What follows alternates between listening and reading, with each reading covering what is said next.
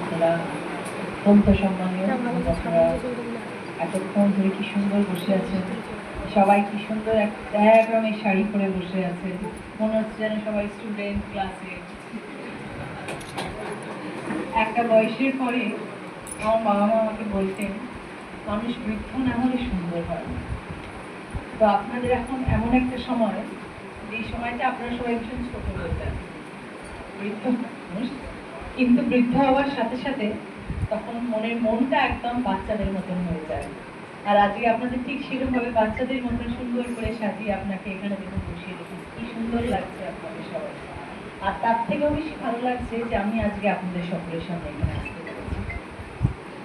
বিভিন্ন ধরনের অনুষ্ঠানে আমন্ত্রিত করা হয় এবং বিভিন্ন ধরনের অনুষ্ঠানে আমরা যাইও, কিন্তু যখন এরকম ধরনের অনুষ্ঠানে আমন্ত্রিত করা হয় তখন মনে হয় আমন্ত্রণের প্রয়োজন নেই, নিজে থেকেই সেখানে যাওয়া।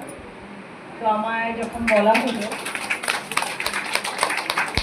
যে এরকম একটি অনুষ্ঠানের আয়োজন করা হচ্ছে আর আমাকে আমন্ত্রণ করার দরকার নেই, আমি সেখানে এমনিই যাব। আজকে রাখি উৎসবের দিন হলে আরো ভালো হয়, কারণ রাখি উৎসব আমাদের আনন্দের উৎসব, ভালোবাসার উৎসব, মেয়ের উৎসব।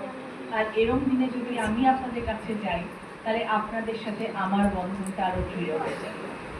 তো সেই জন্যে আজকে এই অনুষ্ঠানে আমি আসার জন্য সম্মতি জানিয়েছিলাম যে আজ থেকে শুধু শ্যামাদা নন, কটা তো আছেই, দিদি তো আছেন, শুধু শ্যামাদা নন বা নির্মাল্যদা নন বা অমিতদা নন, আজকে রচনা বন্দ্যোপাধ্যায়ও আপনাদের সাথে